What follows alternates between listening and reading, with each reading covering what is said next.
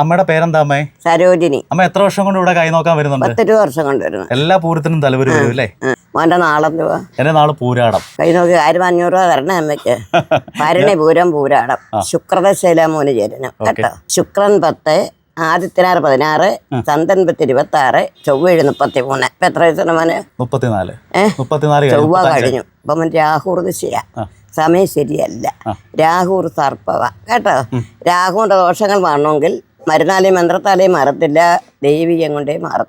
മഹാവിഷ്ണുപുരി പാൽപ്പാശ് നടത്തണം കേട്ടോ. അപ്പൊ മോന്റെ രാഹുവിന്റെ ദോഷം മാറും കേട്ടോ. ഇത് മോന്റെ ആയുസ് രേഖ, ഭാഗ്യരേഖ, ബുദ്ധിരേഖ, ഹൃദയരേഖ, വിദ്യരേഖ. വ്യാഴമണ്ഡലം, മണിബന്ധം, ചൊവ്വാമണ്ഡലം. വ്യാഴമണ്ഡലം ഉയർന്നും മണിബന്ധം താഴ്ന്നും ചൊവ്വാമണ്ഡലം ഉയർന്നും കിടക്കുക.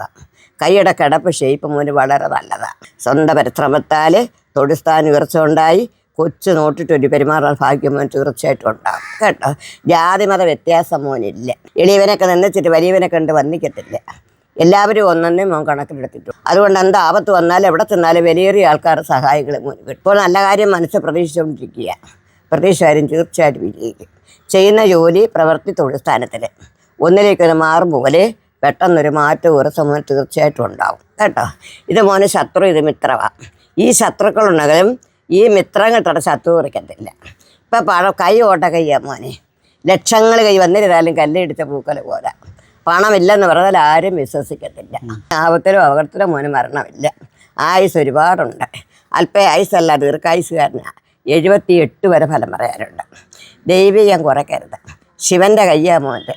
ശിവന്റെ അമ്പലത്തിൽ കൂടെ പോകണം കേട്ടോ. ശക്തിക്കൊത്ത വഴിപാട് നടത്താം. അമ്മ ദൈവയുടെ അനുഗ്രഹം മോന് മരണകാലം വരെ കിട്ടും.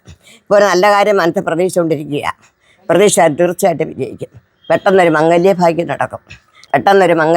നടക്കും. ഈ വർഷം അടുത്ത വർഷം വരുമ്പോൾ കല്യാണം കഴിഞ്ഞിരിക്കത്തക്ക ഭാഗ്യം മോന് തീർച്ചയായിട്ടും ഉണ്ടാവും. വീട് വെച്ചെങ്കിൽ സ്വല്പം കടത്തി നിൽക്കുക. മനസ്സിലായോ? കടങ്ങൾ ധനങ്ങളൊക്കെ വന്ന് ചേരും. ഇനി ഇരിക്കും. ഈ വീടൊക്കെ പരിഷ്കരിച്ച് അടുത്ത വർഷം വരുമ്പോൾ പുതിയ വീട്ടിൽ പാല് കാച്ചി വിവാഹവും നടന്ന് ഒരു മോൻ്റെ അടിസ്ഥാനമായിട്ടിരിക്കത്ത ഭാഗ്യം തീർച്ചയായിട്ടും ഉണ്ടാകും. നെറ്റ് കലയുള്ള നെറ്റിയ ശത്രുക്കളുണ്ട് മോനെ. മോൻ ചെയ്യുന്ന ജോലിയെ പ്രവർത്തി തൊഴിൽ ശത്രുക്കളുണ്ട്. മോന് ഫലിക്കത്തില്ല കേട്ടോ.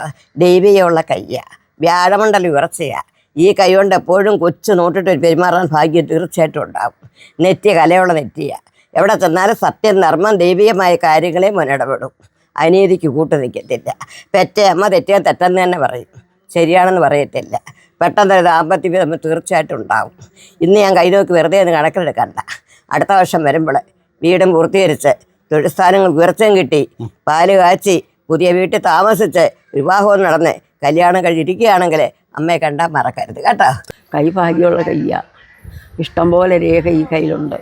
ദുഃഖമില്ലെങ്കിലും ദുഃഖം വരുത്തി വയ്ക്കും. ചിന്തിച്ച് ദുഃഖിക്കാനാൾ ബഹുമിടുക്കനാണ്. 16 വയസ്സ് മുതൽ സ്വന്തം കാലിലുള്ള ജീവിതമാണ്.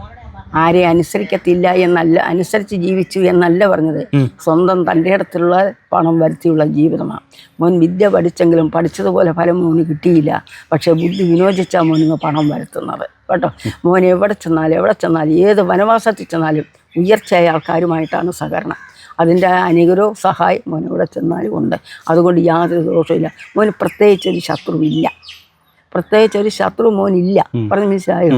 മോൻ ചെയ്യുന്ന പ്രവൃത്തി സ്ഥാനം ഒന്നിലധികമുള്ള പ്രവൃത്തിയിലാണ് മോൻ ഇടപെട്ടോണ്ട് നിൽക്കുന്നത് കേട്ടോ. അത് മോന് വിജയിക്കും. പരാജയം ഉണ്ടാവത്തില്ല കേട്ടോ. ദൈവികം കൊണ്ട് കാര്യങ്ങളൊക്കെ വിജയിക്കും. ഉയർച്ചയുണ്ടാകും. അച്ഛനെയും അമ്മയും ഒന്നുപോലെ പാലിക്കാൻ കടമപ്പെട്ട കയ്യായത്.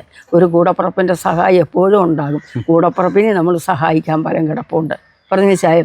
നമ്മളാണ് കുടുംബം നോക്കാൻ അർഹതപ്പെട്ട കയ്യായത്. നമ്മുടെ കുടുംബം നോക്കാൻ അർഹതപ്പെട്ട കയ്യായത്. അവിടുത്തെ അനുഗ്രഹ സഹായം നമുക്ക് വന്ന് സന്തോഷിക്കും. വിജയിക്കും. പരാജയം ഉണ്ടാവത്തില്ല. ആയുസിനൊന്നും ദോഷമില്ല. നമുക്കാരോടും ശത്രുവില്ല.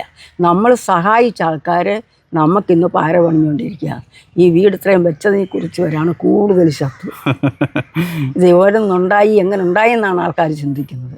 പറഞ്ഞു വെച്ചാൽ നമ്മൾ സത്യസന്ധതയായിട്ടുള്ള കാര്യത്തിൽ ഇടപെടുത്തുള്ളൂ. അതിന് ദൈവീകമുണ്ട്.